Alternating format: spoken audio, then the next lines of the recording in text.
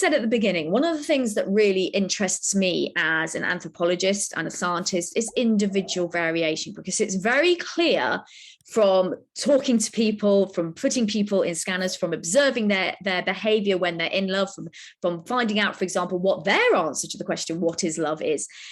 It's very clear that we have highly personalized versions of love. So as I said at the beginning, how I experience love and how you experience love are very likely to be different because of the huge number of variables that go into that. And those two variables come along two dimensions. Firstly, the biological dimension. So aspects of our genetics, aspects of our psychology that might feed into our own experience of love, but also along the sociological dimension. So things that have experience within the environment, within the public space, that have influenced how we love, and in particular, who we're able to love. So I'm going to touch on one aspect of your personal experience of love and one aspect of your biology, which is going to impact how you experience love. Then I'm going to go on to look at a few instances, a few studies that look at how the public face of love influences individual experiences of love. So we are going to look at the genetics of love. Now, again, at Oxford, we spent a lot of time looking at the genetics, the variation that underpins the neurochemistry, which I explained in the addiction portion of this talk. So in particular, we looked at a set of genes which were associated with the oxytocin receptor, the mu-opioid receptor, which is linked to beta endorphin, and the serotonin receptor. And so I'm going to take you through some of the results that came from both our own studies, but also studies around the world that people have looked at in relation to the genetic underpinnings of human love. What I will say, though, before I talk about this, is obviously genetics are not deterministic. All a gene will do is increase the chance of you carrying a particular trait, behaving in a particular way. So just because you carry a gene does not mean that that particular trait is going to appear within you, is going to express itself within the phenotype. Therefore, we need to be careful when we talk about these genetic variations. We're not talking about genes for things. We're simply talking about genes which might increase the possibility of something happening. The first set of traits we're going to look at are linked to the oxytocin receptor gene. Now, the oxytocin receptor gene is probably the most studied, and that is because it is a highly polymorphic gene. That means it comes in many, many different sorts, many different varieties, and that's because it has a number of point mutations on it, known as single nucleotide polymorphisms. Don't worry about the jargon, but at the last count, we'd found 26 single nucleotide polymorphisms on the oxytocin receptor gene. And therefore, if you can imagine, there's a huge number of different versions of this gene that can be found in the individual. So I'm going to talk about a few of the associations that have been found between the oxytocin receptor gene and our behavior and traits when we're in love. The first of these is looking at pair bonding, which is the technical term we use for a dyad, for people coming together and forming love. And there's a particular version of the oxytocin receptor gene which is carried by people who are more motivated to be in long-term relationships, who are happier when they're in those long-term relationships, and whose long-term relationships seem to endure for a long time. I like to call it the nesting version of the oxytocin receptor gene, because these people never seem to be happier than when they are happily coupled up with someone, whether it be a romantic relationship, whether it be a friendship, whether it be a relationship with a child, or whether it even be within their community. They seem to like building relationships. Now, the people who hold the other version of this gene have the opposite situation. They tend to be less satisfied when they have formed relationships with people, and their relationships tend to be more conflictual. So that's the nesting gene, and that's associated with the oxytocin receptor gene. The second is related to attachment. Now, attachment is a psychological concept, a psychological mindset, and it's really psychology's attempt to provide an answer to the question, what is love? A nice objective answer that we can measure. And your attachment relationships are quite rare in your life. You will have formed an attachment relationship to your carers when you were a child, to maybe some or not, but not all of your lovers, possibly to a best friend, and to your children. And attachment relationships are very intense. They are characterized by a desire to maintain close proximity, by a use of each other's responses to the environment to enable us to navigate that environment, and by severe separation distress when apart. Now, if you'd asked me 10 years ago whether attachment had any genetic underpinnings at all, I would have said no, it doesn't. It's entirely influenced by your environment, and particularly your environment of upbringing. And that's still definitely the case for the vast majority of the variation that occurs in your attachment behaviors. However, in searching the genetic underpinnings of human love, human sociality, we find that there is a version of the oxytocin receptor gene that does seem to increase the chances of you having an insecure attachment style in romantic relationships.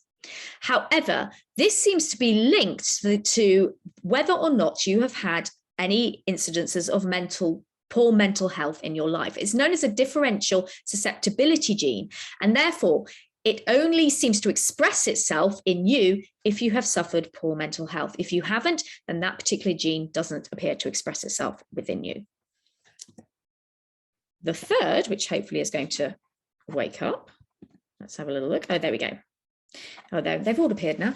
The third is self-disclosure. This is again the oxytocin receptor gene, and this looks at skills associated with maintenance. Now, self-disclosure is one of the key skills to maintaining a close relationship with someone. People are closer if they are comfortable revealing their deepest, darkest emotions, fears, thoughts, fantasies, desires to the other person. And we know this from studying behavioral interventions between couples. However, how comfortable you are with self-disclosure and how good you are at it seems to be associated again with the oxytocin receptor gene and a particular allele that you carry of that oxytocin receptor gene. Now, the last section I want to talk about when we look at the oxytocin receptor gene is theory of mind and empathy.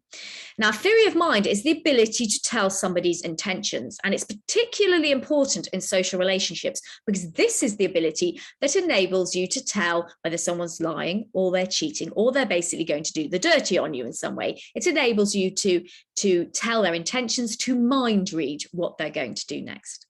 However, how good you are at being able to tell somebody else's intentions is partly influenced by your genes. Secondly, your genes influence how empathetic you are. Empathy, in a sense, particularly in our culture, is the basis of human relationships, the ability to empathize with someone, to understand their emotional state, and then use that knowledge to meet those needs. However, how good you are at being empathetic, how much of an empath you are, is partly influenced by your genes. And in particular, 5-point mutations on the oxytocin receptor gene. There are alleles of each of these points which make you a better empath. And it's a cumulative set of genes. So therefore, the more alleles that you carry, which make you more empathetic, the better you are at it. It's known as a sort of dose response. Carry all 5, you really are incredibly empathetic. Only carry 1, you might struggle a little bit with empathy. So that's your oxytocin receptor gene. The next one I want to look at is a gain of function gene, and this is associated with the mu opioid receptor, which is linked to beta endorphin. And it's called a gain of function gene because it ramps up the effect of the gene on the behavior, on the sensation that the person experiences, particularly when they experience social rejection. So only about 2% of the population actually carry this particular version of the mu opioid receptor gene. But these are the people who feel social rejection incredibly strongly. These are the people who, when they are dumped, for example, in a romantic relationship, experience such intense psychological and physical pain, much more than either you or I might experience who don't carry that particular gene. So these people might find the come down from that addiction, in particular to beta endorphin, particularly hard. And last but not least, the gene that means you're going to remain single for the rest of your life. No, when this gene was first reported to the press about 5 years ago, all the headlines obviously said they found the gene that tells you whether you're going to be single. Obviously, this is not the case. But there is a version of the serotonin receptor gene, which is more likely to be carried by people who are single, people who have been single for a long period of time, people who have maybe had no relationships or very few relationships in their lives, and people who have maybe only had very short-lived relationships when they have had relationships. So it seems to have some influence on the likelihood or not that you will be in a long-term relationship. But it is a tiny part of the variation, maybe 2 or 3%. Now, in the paper that reported this, which was from a Chinese group, they didn't actually go on to express why they thought people who carried this particular version of this gene were more likely to be single and more likely to be happy in their singledom. But it could have something to do, again, with that obsessive nature, which is linked to low levels of serotonin. It could be that these people have such a high density of serotonin receptors, this is a serotonin receptor gene, that they exist at such high levels of the effects of serotonin that actually they are just not obsessed enough to actually maintain a relationship with somebody else. So that's the genetics, or some of the genetics which underpin our experiences of love and our behavior when we're in love. And because of the sheer number of single nucleotide polymorphisms that exist upon these genes, as you can see, the variation that they cause is immense. But I now want to get to maybe the last headline of this talk, and that's the public face of love, because we all experience love in a public sphere. And to really help you understand this, I want to read a little bit from my new book, Why We Love, just a couple of pages. And this is the introduction to chapter 6, which is called Public. Legendary 50s crooner Frank Sinatra once famously likened the partnership between love and marriage to that between a horse and carriage, boldly claiming that one cannot exist without the other. And while he might have been over-egging this connection, it is undoubtedly the case that in every human society, the love between two individuals is seen as a public issue. When you fall in love, you quickly become the recipient of torrents of opinion on the character or appearance of your chosen mate, on the acceptability or otherwise of your love, on the socially prescribed length of time you should wait before any ritualistic celebration of your relationship can occur. Marry in haste, elope, or defy your family by your choice, and you will be left in no doubt as to the concerns or disapproval of your social group. Expand your viewpoint to look at love beyond the romantic, and it is clear from our ongoing obsession with the lives of celebrity parents that your family is public property. Be seen to delegate too much parenting to the nanny, or pronounce too vociferously about the benefits of attachment parenting, and you will be met with a tidal wave of public ire from one sector or another. It is very much the case that the love lives of others, the relationships they build with each other, are catnip for our brains. We have evolved to dedicate the vast majority of our cognitive brain power to observing, analysing, and memorising the social lives of other people. This was brought home to me during my master's at University College London, when my course tutor for the evolution of cognition, Dr. Kathy Key, set us a little quiz. The first part of the quiz was on basic geometry, the sort of thing in which we should all have been well versed as a consequence of our secondary or high school schooling. The second part focused on the social lives of the characters in a well-known British soap, EastEnders, to coincide with the same time period in our early adolescence. Incredibly, while we struggled to carry out the most basic geometrical construction, all of us could recall in perfect clarity who had married whom, who had had a fight with whom, and who was so-and-so second cousin twice removed in this bi-weekly soap. We had perfect social recall. Why we were so brilliant at TV trivia when our mathematical ability left a lot to be desired? In part because the vast majority of our neocortex is given over to social cognition. Indeed, there is a direct positive relationship between the size of a species' neocortex and the size of their social group. And why do we dedicate so much brain power and energy to this particular topic? Because the stuff of our social network is the stuff of survival, as we know from the first chapter. Understanding the relations that everyone else has in our group means that we know who we have a chance with in the mating game, when an opportunity to rise through the hierarchy occurs, who might be plotting our downfall, and who best to build a friendship with so that exemplary DIY skills can help us when our sink springs a leak or we need some shelves putting up. As a consequence, we dedicate a large proportion of our conscious brain to making sure we pay attention to and remember what everyone else is up to. In contrast, the ability to accurately construct a triangle with side lengths of 3, 4, and 5 centimetres is less critical to our survival and success. Who we and others choose to love, family, friends, lovers, gods, is a public issue. So I just want to go on and explain maybe a couple of studies which I think highlight why the rules that we build around love within our public lives, those that are legal rules, religious rules, political rules, societal rules, affect how we experience love and who we get to love. So first of all, I want to talk about a study known as The Meaning of Love. And this really highlights for me how love is interpreted in different societies. The word love, which unfortunately is the only word we have for love in our particular language, is highly inadequate. Now, in other societies, they do have many different forms for different sorts of love. But a really interesting study was carried out across 3 cultures, looking at the similarities and differences between what we think we mean by the word love. So when we say we experience love, when we say we feel we are in love, what do we actually mean? And what was interesting about this study was it looked at 3 really contrasting cultural groups: Brazilians, Russians, and Central Africans. And I go over this and talk about it in more depth in the book.